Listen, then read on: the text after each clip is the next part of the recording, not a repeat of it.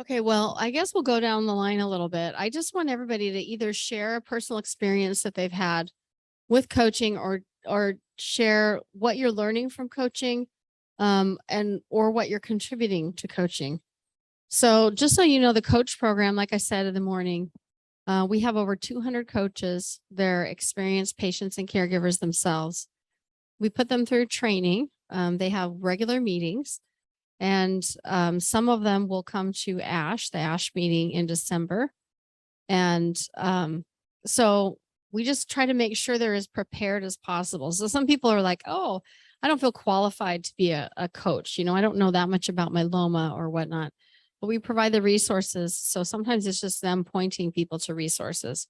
But Heidi, maybe you want to start. Heidi and I were just talking um, about what she's actually learning, from the coach program.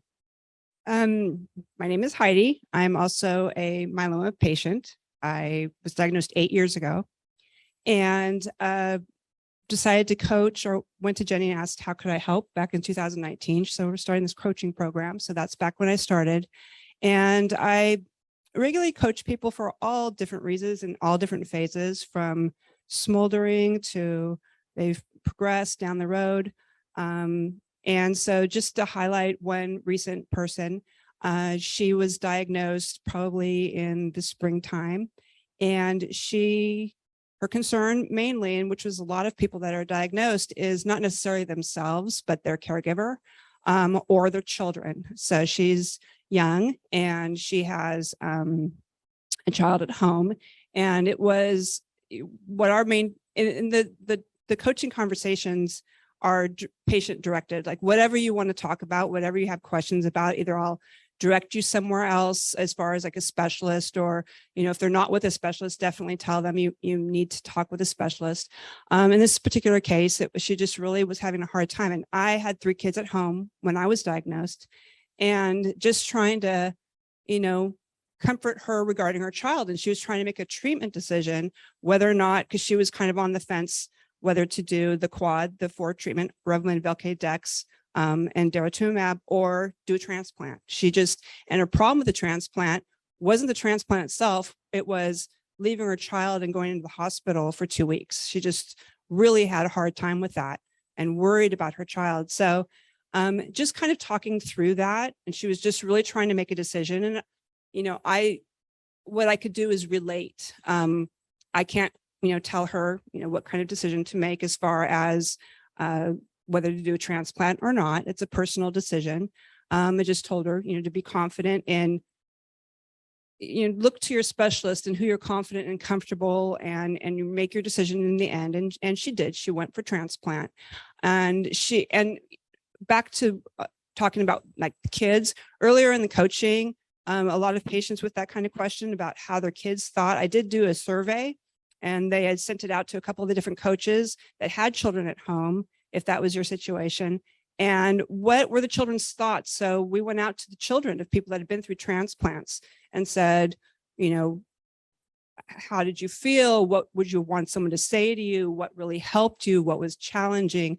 All that kind of information. So I try to give that out to patients as well. Anytime they have a question or concern, we try and be that resource or find more information on that for them. So this one patient, she did go in the hospital for 2 weeks, which is great. That was over 4th of July. And she, in a month, she's in remission, and she's going to be doing a run benefiting myeloma in the next month. So it was just going through that journey with her, and she realized at the end of it, I'd rather be there long term for my child than, not be there for 2 weeks. So that was her decision in the end, and it worked out. So Okay, great example. And Todd, you and Diane can talk separately if you want, or as a team. But how about you? About explaining like why you decided to become a coach, a little bit about how you coach, why you decided to start the group because of coaching and all that kind of stuff. I think the why we became a coach was because we sat in these type of chairs in March of 2020, as Greg was describing, that last pre-COVID event. And that in-person opportunity to meet you and the HealthTree leadership team and to meet other patients kind of inspired and compelled us to do more. And it was at that moment that we, out of gratitude for the other people that we had talked to that had pointed us towards valuable resources and tips on navigation and conversations that really inspired hope in us and helped alleviate the paralyzing fear that we originally had. We said, you know, we got to pay it back and step up and get out of our comfort zone. Like Cindy Brown was one of our early coaches that just not only helped with the science, but helped with my head, you know, and I think coaches are uniquely positioned to do that. Doctors can give you all of that incredible information. There's something that a coach can provide because they've walked in those shoes as far as the mental side of this journey. So we decided to step up and become coaches. And I think all those things that Heidi was talking about and talking about the value of an expert, and not saying you have to do it, but just things to think about and resources to consider. And it's been, I think, a blessing. We've been very blessed to be a blessing to other people and have people come back and say that, you know, you get an email after a conversation, they say, you are my life preserver. It's like, wow, that's amazing. I'm not a doctor, but I can actually have that kind of impact on somebody, or a conversation that we've had that maybe led them to seek out a specialist or ask a question that maybe has led to a personalization of their treatment plan and not just, you know, cookbook medicine. You know, it really feels like you can have an impact. You want to say anything about the coaching side? And then we'll talk about the group in a second. And I'm I use the word care partner because we are partners in this. I would just love, how many of you out here are caregivers, care partners? There's quite a few hands, which is awesome. So Todd and I coach people together, couples, families. We've coached at one point. There were 6, I think, on a couch that we did a Zoom call with, a patient and his wife, and then children, adult children. We both have coached children of patients. I've coached quite a few care partners as well as patients myself. We meet you where you're at. If you were watching all of this today and it was 10, 20 feet above your head and you're newly diagnosed, that's a great sign that a coach would be a help. If you, at different stages, you may desire to reach out for coaching, whether you're newly diagnosed or you suddenly find yourself in a relapse refractory stage, or suddenly you have time to actually go, gosh, I would like to talk to somebody. That coaching program, we've all either been there as a patient or as a care partner, and can just share our perspective and maybe help talk through some of the things that you may be thinking or feeling. I will say my care partner coachees, those tend to be longer lasting relationships. The patients come and go when they need you.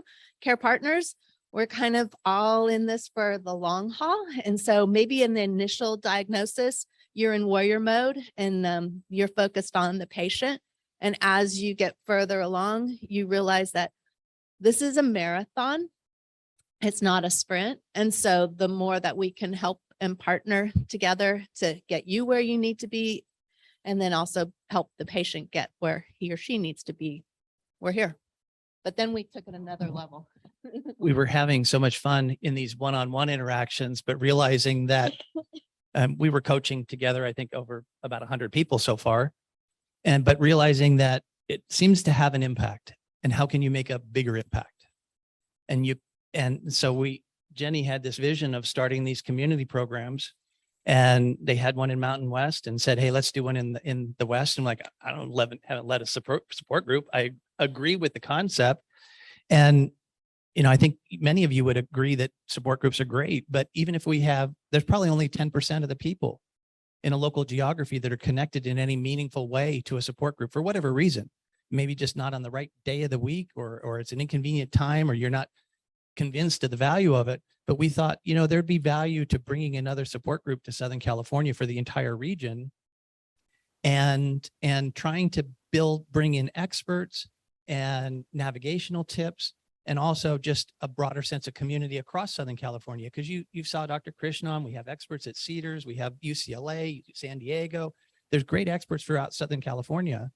We thought there's shared lessons that we can learn from each other and support each other as a Southern California community.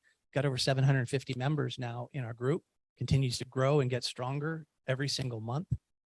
Have any of you, I know some of you have, because I'm so glad to see your faces in person. Who's joined one of those SoCal regional meetings in the past? That is, oh my gosh, that's so awesome. That's awesome. And we are so glad to see you here. And I know we probably have a lot of them online as well. And if you're in Southern California and you want to participate and join us, we would love to have you join. It's a really strong community. We have learned from you. It's not our group, it's our group. And so any suggestions you have on speakers, topics, things like that, we welcome it. And we just look forward to growing. We have some great speakers lined up already for 2023. We have a great speaker in Rebecca Tobin, who's back there, going to talk about resources and things in our November meeting. Hope you'll join us in November, but as in this coming Tuesday, and everybody will get something out of that. So the program has just grown, and we're so grateful for all of you. And it builds out the coaching program. Yeah, interestingly, we have a coach summit once a year, and the coaches get together in Utah in Park City, and they get education. It's multi-day kind of education. And they really kind of came up with this idea. Okay, we need to start groups. And once Todd and Diane started it, then people said, well, we want a Northeast chapter, and we want a Southeast chapter, and we want a Southwest chapter. So you'll see that grow over time, and you can find those chapters on our website. So there's a whole section in the menu that just says chapters, and then you can sort by regional. So that's where you can find it. Once you subscribe to the chapter, you'll be given reminders about every upcoming event in that chapter. And in addition to the chapters that are regional, we also have topic based. So like I was saying before, if you're headed to stem cell transplant, you could join the stem cell transplant chapter, or if you have PCL, you can join the PCL chapter, things like that. So, okay, thank you so much. And then Jack, yeah, she might be out doing something. Yeah, so it's fun because Audrey kind of takes care of, if you're familiar with the tech or how to set it up or how to get patients registered for the events and all that. So we have a team that takes care of that for you. And then Jackie, do you want to share an experience that you've had or something that you want to share about the coach program? Hello, I'm Jackie, and I'm a patient. I was diagnosed in 2017. I had a stem cell transplant in 2018. And I had never heard of a multiple myeloma when I was diagnosed. So we went to the internet and got scared to death. And it wasn't until probably 2 years after my diagnosis and my treatment that I found HealthTree. A friend told me they saw Jenny on like Good Morning America or something. The Today Show. Okay, I hadn't watched it, but I went and found it on YouTube, and then I went to it, and it was just like a lifesaver because it was so much information that was easy to understand. The university, it explained it in a layman's term because you get all this information, and it's like medical information. If you didn't go to medical school, you don't really get it. And like the doctor said, when you hear cancer, you just kind of freeze. So having HealthTree has been really good. And then I found the coaching, and I hadn't gotten a coach. Actually, you can't get a coach as a coach, but I didn't get a coach. But honestly, the Lord put it on my heart to coach. And I didn't do it because I couldn't tell my story without just bawling. It was still too emotional. And I thought, I'm just going to scare people to death, if I'm supposed to be helping you.